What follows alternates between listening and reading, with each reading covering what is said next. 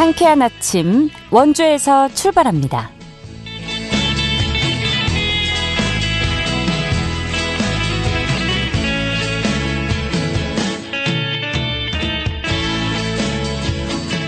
여러분 안녕하십니까? 2월 6일 금요일 KBS 원주방송국에서 보내드리는 상쾌한 아침 원주에서 출발합니다. 저는 진행의 이은주입니다.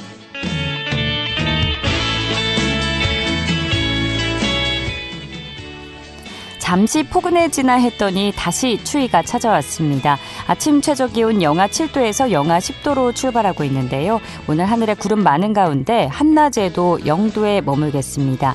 대부분 지역의 대기질은 쾌청해졌지만 평창의 초미세먼지 농도 여전히 나쁨 단계 보이고 있습니다. 해당 지역에 계신 분들은 외출하실 때 마스크를 착용해 주시는 게 좋겠습니다. 이번 주말 별다른 눈비 소식 없이 하늘은 맑겠지만 기온은 더 떨어집니다. 아침 기온 영하 11도에서 영하 17도까지 내려가는 곳도 있는 만큼 막바지 한파에 잘 대비하시면서 주말 안전하게 보내주시기 바랍니다. 오늘 준비한 소식입니다. 지난 30일 막을 내린 제23회 전국 장애인 동계체육대회에서 강원특별자치도가 종합 우승을 차지했습니다. 관련 이야기 나눠보고요. 횡성 회다지 소리의 맥을 이어온 원용재 선생이 무형유산 보유자로 공식 인정됐습니다. 리포터 코너에서 전해드립니다. 끝으로 취재기자 연결해 주간 도내 문화체육 주요 이슈 점검해 보도록 하죠. 2월 6일 금요일 상쾌한 아침 원주에서 출발합니다.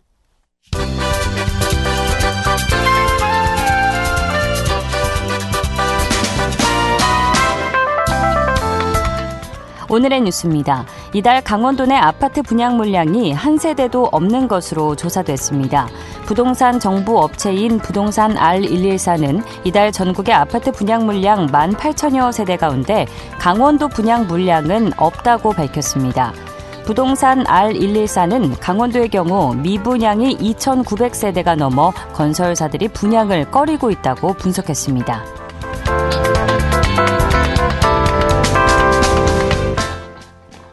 강원도와 18개 시군 선거관리위원회는 설을 앞두고 선거법 위반 행위 단속을 강화합니다.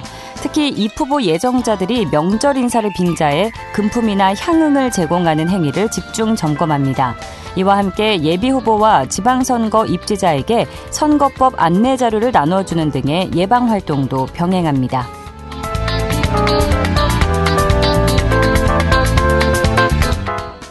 평창군이 산림수도 평창 정원사 양성과정 교육생 30명을 모집합니다.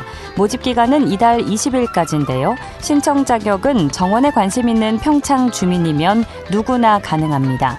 교육은 다음 달 13일부터 13주에 걸쳐 산양삼 융복합 지원센터 등에서 열립니다. 오늘의 뉴스였습니다.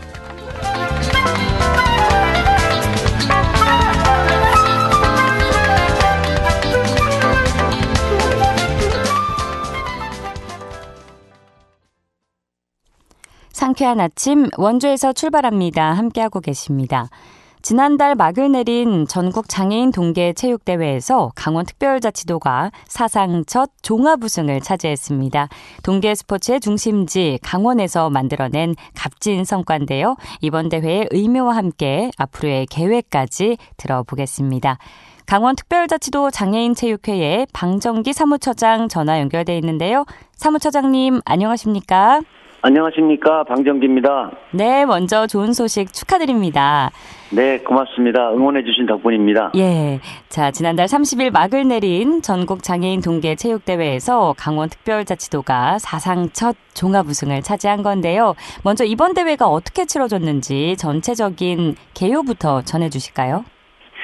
네, 이번 제23회 전국 장애인 동계체전은 1월 27일부터 30일까지 진행되었습니다. 강원도가 단독으로 개최하는 2년차 대회로 대한민국 동계 스포츠의 중심지는 강원도라는 것을 확실하게 보여준 그런 대회였습니다. 이번 대회는 17개 시도에서 7개 종목에 걸쳐 1,127명의 선수단이 참가하였습니다. 이 중 강원도 선수단도 전 종목에 118명의 선수가 참가하였죠. 경기 종목으로는 빙상, 알파인 스키, 크로스컨트리, 바이애슬론, 아이스하키, 컬링, 스노우보드이고 빙상은 춘천에서, 스키는 평창에서, 컬링과 아이스하키는 강릉에서 각각 분산 개최되었습니다. 네. 우리 최근 5년간 단독 개최를 계기로 선수 발굴과 육성 체계를 더욱 강화하여 동계 스포츠 메카인 강원도의 위상을 더 확실하게 만들어 가겠습니다. 네, 120명에 가까운 선수들이 출전을 했고 각 종목 소개도 세세하게 해주셨는데 동계 스포츠의 메카라 불리는 우리 강원에서 처음으로 종합 우승을 이뤄냈다는 점이 더 뜻깊게 느껴지는데요. 이번 성과가 갖는 의미를 어떻게 보고 계실까요? 네, 강원도 체육 역사상 첫 전국대회 종합 우승입니다. 우리가 5년간 단독 개최를 하기로 결정하면서 우리도 종합 우승 한번 해보자는 목표를 세웠고 지난해 안타깝게 종합 3위를 하면서 그 가능성을 다시 한번 확인했죠. 네. 올해는 목표를 더 구체화했고 그 결과로 증명했다고 생각합니다. 메달의 성과도 크게 향상됐습니다. 지난해 금메달 8개에서 올해는 금메달 16개로 2배가 증가했고 네. 특히 이제 아이스하키 종목은 대회 17연패, 휠체어 컬링은 우승 탈환, 농아인 컬링 창단 이후 2연패, 개인 종목인 스키와 빙상에서도 많은 다관왕이 배출되었습니다. 비록 선수단 규모는 서울과 경기보다 작았지만 체계적인 투자와 전략적인 훈련 그리고 선수단의 강한 팀워크가 종합 우승으로 이어졌다고 생각합니다. 예, 네. 이렇게 간략하게만 전해 들어도 이번 대회에서 특히 인상적인 성과를 낸 종목들이 많은 것 같은데요. 구체적으로 어떤 종목에서 두드러진 성적을 거뒀는지도 소개해 주시죠. 네, 이번 대회는 어떤 특정 종목이 두드러진다기보다도 전체 종목에서 고른 성과가 나왔다는 점에 의미가 있습니다. 네. 농아인 컬링 남자팀은 2연패를 달성했고 아이스하키는 17연패라는 대기록을 세웠습니다. 휠체어 컬링 4인조가 3년 만에 우승을 탈환하고 우리 아까 말씀드렸던 그 개인 종목 노르딕 스키의 김민영 선수는 작년 3관왕에 이어 올해 4관왕을 달성을 했고요. 전체적인 종합 순위를 보더라도 아이스하키 컬링 종목이 종합 1위, 바이애슬론 종합 2위, 알파인 스키 크로스컨트리 빙상은 종합 3위를 기록했습니다. 이렇게 7개 종목 중 6개 종목이 종합 입상에 성공하면서 선수단 전체의 경쟁력이 한 단계 올라갔다고 평가하고 있습니다. 예, 특정 종목만 우세했던 게 아니라 모두가 두루두루 잘해준 덕분에 더 뿌듯한 종합 우승으로 느껴지는데요. 메달 색과 관계없이 혹시 이번 대회를 통해서 꼭 조명하고 싶은 선수나 팀의 이야기도 있을 것 같습니다. 이 자리를 통해서 소개되면 좋을 사례가 있을까요? 네, 이번 우승은 저희가 준비 과정을 여러 가지 준비를 하면서 많이 했거든요. 예. 다른 시도보다 한 달 먼저 집중 훈련을 실시했고 또 농아인 선수들이 감독하고의 원활한 소통을 위해서 수어 통역사를 배치해서 의사소통 환경도 개선했고 또 성공적인 대회 개최를 위해서 전담 부서에서는 대회 3주 전부터 현지에 내려가서 경기장을 점검하고 또 준비했습니다. 선수로 인상적인 선수는 알파인 스키의 이채원 선수인데 이 선수는 춘천시청 실업팀인 휠체어 농구단 소속 선수입니다. 9년 만에 알파인 스키에 복귀해서 금메달 1개, 은메달 1개를 획득했고 또 강원랜드 소속의 정현식 선수는 4년 연속 2관왕을 달성하며 꾸준한 경기력을 보여주었습니다. 그래서 이 선수는 이번 대회 최우수 동호인상을 수상하기도 했고요. 이렇듯이 선수 한 명 한 명의 노력과 이야기가 모여 종합 우승이 만들어졌다고 생각합니다. 네. 우리 선수들이 일찍 일어나는 새가 되어줘서 한 달 먼저 집중 훈련을 한 덕분도 있고 소통 환경 개선이나 다른 부분도 말씀을 해주셨는데 물론 이렇게 선수들이 노력해준 것도 크게 작용을 했지만 이에 못지않게 결국은 행정의 꾸준한 뒷받침도 큰 힘이 됐다는 평가가 나오는데요. 어떤 부분들이 좀 경기력 향상으로 실질적으로 이어지게 도움이 됐다고 보실까요? 네, 체육은 예산이 많이 좀 들어갑니다. 스포츠가. 네. 그런데 최근 3년간 저희 도 장애인 체육회 예산 중에 도비만 보면 51억에서 67억으로 30여 %가 증액되었고 지난해만 67억이 편성되었고 국비 26억 원, 기타 11억 원에서 104억을 집행을 했습니다. 이 예산의 상당 부분이 훈련비와 장비 지원, 각종 대회 참가, 훈련 여건 개선 등 선수들이 경기력에 집중할 수 있도록 사용되었고 또한 지난해 창단한 스포츠단의 농아인 컬링팀, 노르딕 스키팀의 선수를 또 보강하고 규모를 확대해서 동계 종목을 안정적으로 운영하였습니다. 또한 체육직무 사업을 통해 스키, 컬링, 빙상 등 이 동계 종목 선수들을 확대한 것이 종합 우승에 크게 기여했다고 봅니다. 네. 그리고 무엇보다도요, 특히 이번 대회가 지난해에 이어서 단 한 건의 안전사고도 없이 치러진 무사고 대회였다는 점이 가장 중요한 부분일 것 같은데 안전한 대회 운영을 위해서 어떤 점에 중점을 두셨는지도 궁금합니다. 네, 저희가 항상 대회를 개최하고 참가하면서 염려되는 부분이 안전에 대한 것입니다. 그렇죠. 경기장마다 구급차, 안전요원, 자원봉사자들을 배치했고요. 장애인 맞춤형 안전의료 지원 체계를 구축을 했습니다. 또 경기장이 동계올림픽 개최시설이라서 우리 장애인 편의시설이 아주 잘 갖춰져 있습니다. 그렇게 해서 저희가 이번 대회에도 지난해에 이어서 단 한 건의 안전사고 없이 잘 마무리됐습니다. 앞으로도 안전을 최우선으로 하여 대회를 운영해 나가겠습니다.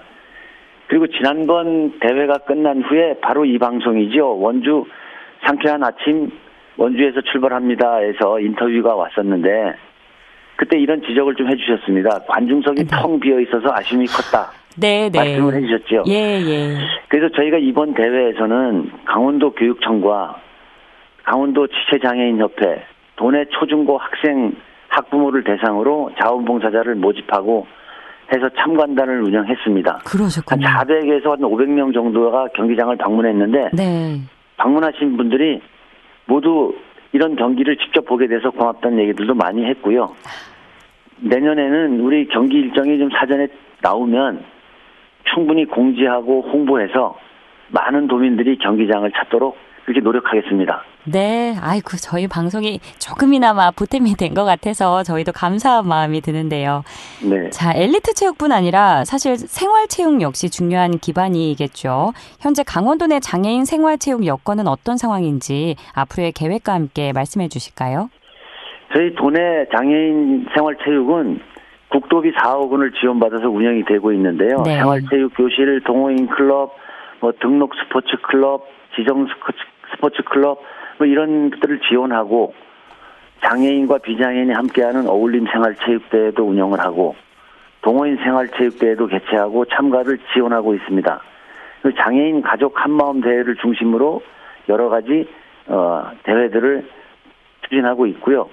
등록 스포츠 클럽도 꾸준히 확대가 되고 있습니다.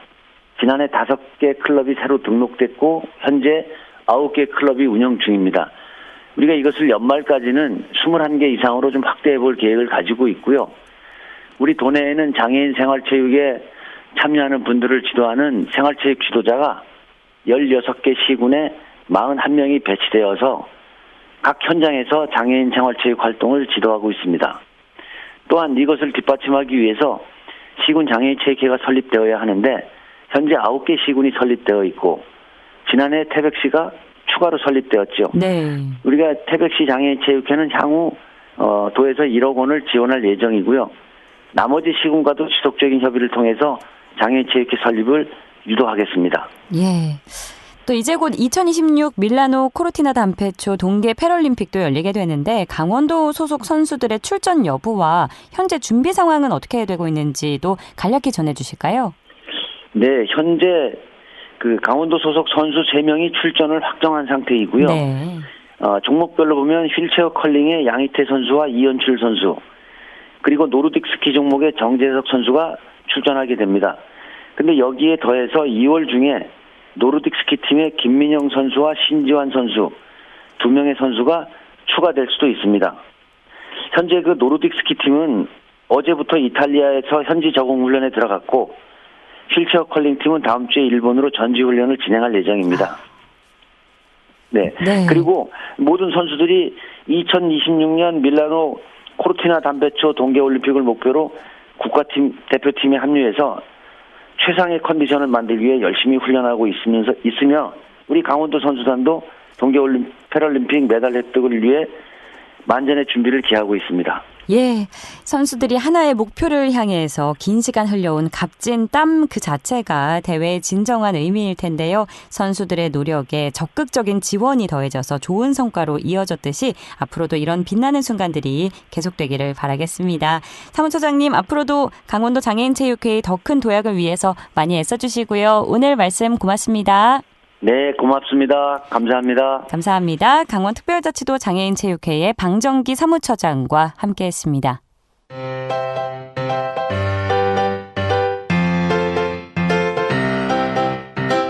KBS 원주방송국이 유튜브 다시 듣기 서비스를 실시합니다. 매일 아침 강원 영서남부권의 뉴스와 정보를 전해드리는 상쾌한 아침 원주에서 출발합니다는 KBS 원주라디오 유튜브 채널을 통해 다시 들을 수 있습니다.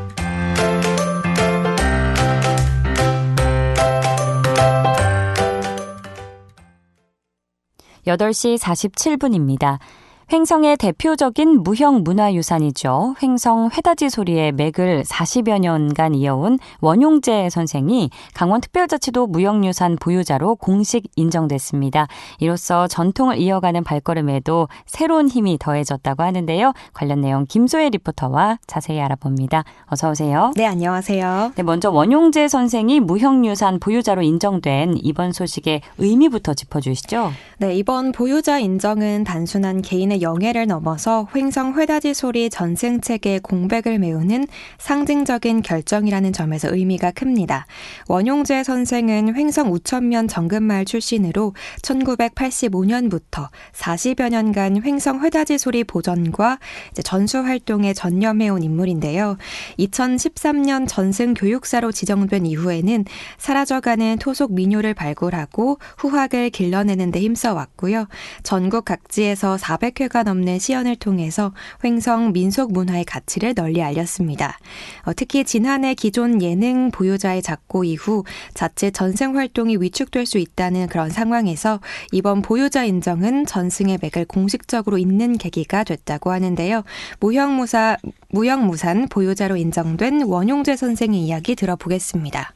미술관 생활 한 40년 이상 하다 보니 반갑지요. 옛날에 6.25 때 내가 5살이었어요. 그래가지고 6.25 나그부터 이제 그전에는 이게 해다지가 이 전국 일일도 지금 6군데가 한 군데 모인 거라고 이게 반마다 다 있었어요, 옛날에. 그래가지고 해다지는 이제 우리 작은 할아버지가 한문 훈학을 해가지고 댕기면서 지경다지기 해다지 이러는 걸 많이 봤죠. 그래서 여기서 동네에서 이중이라고 해다지를 책임지는 것에서 장사가 나면 상여하고 모든 것을 그걸 여기서 한 10년 했나 몇 년 했지요. 그래서 저 아래 내려갔지요. 여기서 해다가 내려가가지고 정음이 가서 이제 해다지에 또 들어가가지고 오늘날까지 해다지 일만 있으면 하는 거지 해서 행복했죠.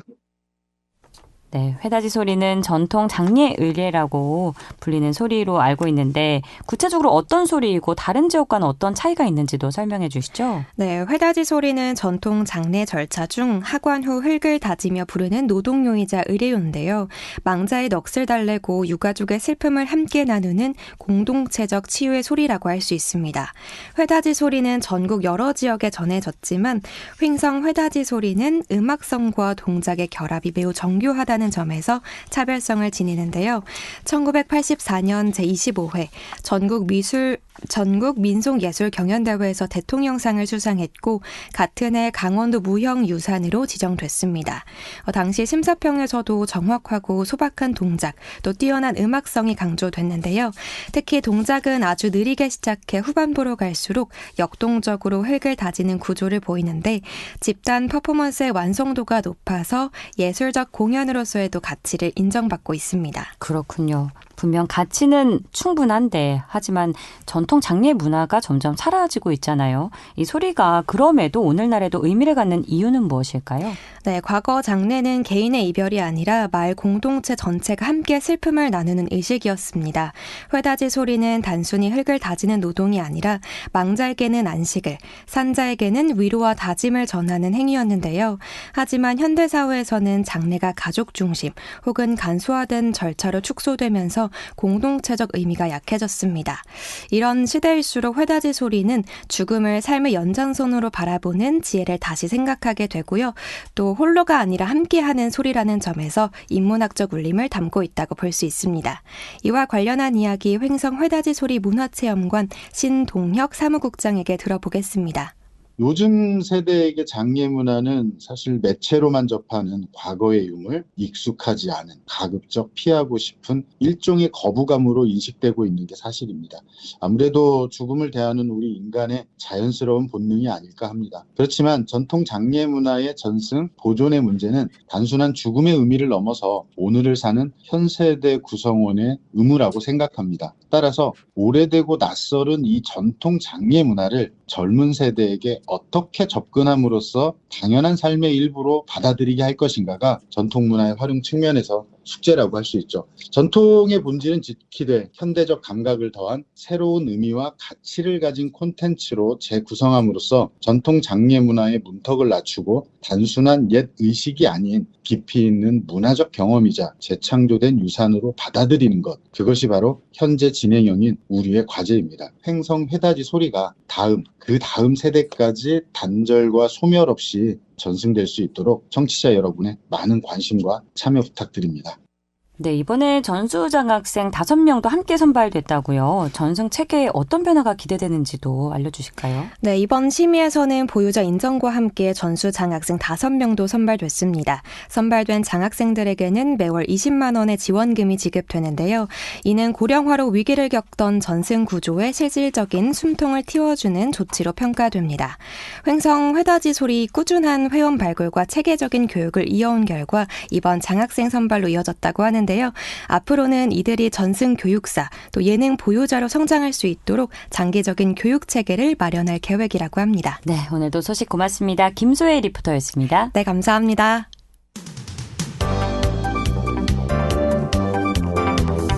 생생한 현장, 유익한 생활 정보를 전해드리겠습니다.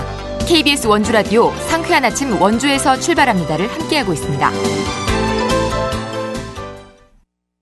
한 주간 강원도 내 주요 이슈를 점검해보는 시간이죠. 강원일보 사회체육부 최두원 기자 연결돼 있습니다. 안녕하십니까?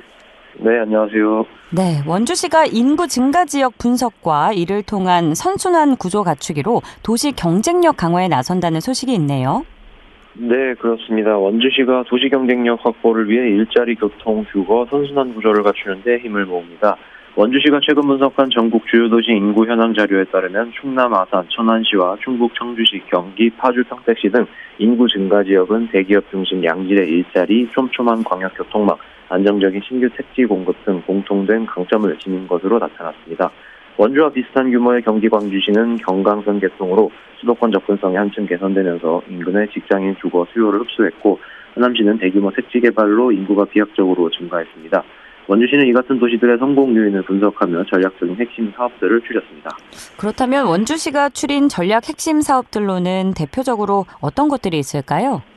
네, 원주시는 우선 양질의 일자리 창출을 위해 들어온 일반 산업단지를 비롯한 4개 산업단지 조성을 동시 추진하는 등 산업기반 확충에 적극 나서고 있습니다. 또 AI와 반도체 중심 산업구조 재편과 강원의료 AX 대전환 마스터 플랜 수립 등 첨단 산업 육성에도 팔을 걷어붙였습니다. 여주에서 원주까지 복선 전철 건설과 GTX-D 노선 연장 추진, 영동고속도로 불온 나들목 개설, 관설동 하이패스 IC 설치 등 교통망 확충에도 힘을 모으고 있습니다. 남원주 역세권 개발을 통해 주거, 상업, 업무 기능이 결합한 역세권 신도시를 건설하고 구도심은 도시 재생 사업으로 정주 여건을 개선하기 위해 힘쓰고 있습니다. 원주시 관계자는 우리 지역은 도시의 3대 성장 동력을 고루 갖추면서 중장기적으로 인구 50만 시대로 성장할 것이라고 말했습니다. 네, 또 원주시가 소상공인들을 위한 맞춤형 컨설팅 지원 사업 참여업체 모집에 나선다고요? 네, 원주시가 최근 소상공인을 위한 맞춤형 컨설팅 지원 사업 참여 업체 모집을 시작했는데요. 이번 사업은 고금리와 고물가로 경영에 어려움을 겪는 소상공인을 지원하기 위한 차원에서 마련됐습니다. 원주시는 2023년부터 지난해까지 92개 업체의 온라인 홍보 마케팅과 경영 전략, 연구개발, 판로 개척 등 다양한 분야의 컨설팅을 지원해왔습니다. 올해는 33개 업체를 선정해 최대 3회까지 전문가 1대1 맞춤형 현장 방문 컨설팅을 지원할 계획입니다. 지원 분야는 경영, 홍보, 마케팅, 창업, 사업화, 법률, 기술 등입니다. 이번에 지원을 받을 수 있는 대상은 사업자 등록증 기준 원주의 본사 사업장을 둔 소상공인입니다. 광업, 제조업, 건설업, 운수업은 상시 근로자 수 10명 미만, 그 외 업종은 상시 근로자 수가 5명 미만이어야 합니다. 신청은 원주시 홈페이지를 통해 할 수 있습니다. 예, 이어서 횡성 소식입니다. 송미령 농림축산식품부 장관이 아랍에미리트에서 횡성 한우가 수출 판매되고 있는 한우 두바이에 방문해서 K푸드의 수출 확대를 위한 힘을 보탰다고요. 네, 송미령 농림축산식품부 장관이 횡성 한우가 수출된 아랍에미리트의 한우 두바이를 방문해 K푸드 수출 확대에 나섰습니다. 횡성 축협에 따르면 송미령 장관은 최근 글로벌 K푸드 수출 확대를 위해 두바이 현지에서 아랍에미리트 기후변화 환경부 장관과 만남 후 횡성 한우가 수출 판매되는 한우 두바이에 방문해 할랄 인증 한우의 현지 활용 사례를 점검했습니다. 이 자리에서 송미령 장관은 횡성 한우 홍보대사이자 한우 두바이를 이끌고 있는 문경수 셰프로부터 할랄 인증 한우의 현지 활용 사례 등에 대해 설명을 듣고 횡성 한우가 갖고 있는 중동 고급 외식 시장에서의 인기를 실감하기도 했습니다. 네, 또 끝으로 평창군이 그린바이오 산업 육성을 위해서 기술 개발과 사업화까지 기업 성장 전 주기 지원 사업을 추진한다고요? 네, 그렇습니다. 평창군이 강원 테크노파크와의 협력을 바탕으로 2026 평창군 그린바이오 기술 개발 및 기술 고도화 지원 사업과 2026 평창군 그린바이오 사업화 지원 사업을 통해 기술 개발 단계부터 제품화 시장 진출까지 이어지는 전주기 지원 체계를 단계적으로 가동합니다. 기술 개발 및 기술 고도화 지원은 그린바이오 기업의 연구 개발 역량 강화와 기술 경쟁력 확보를 목표로 R&D 기획, 기술 개발, 기존 기술 고도화를 중점 지원합니다. 사업화 지원은 기술 개발 이후 단계에 있는 기업을 대상으로 시제품 제작, 시험 분석 인증, 디자인 개선, 마케팅 시장 진출 등을 종합적으로 지원합니다. 네, 오늘도 지역별로 알찬 소식 고맙습니다. 네, 감사합니다. 강원일보 사회체육부 최두원 기자였습니다. 2월 6일 금요일에 보내드린 상쾌한 아침 원주에서 출발합니다. 오늘 순서는 여기까지입니다. 기술 조원재, 구성 황진영, 진행의 이은주였습니다. 고맙습니다.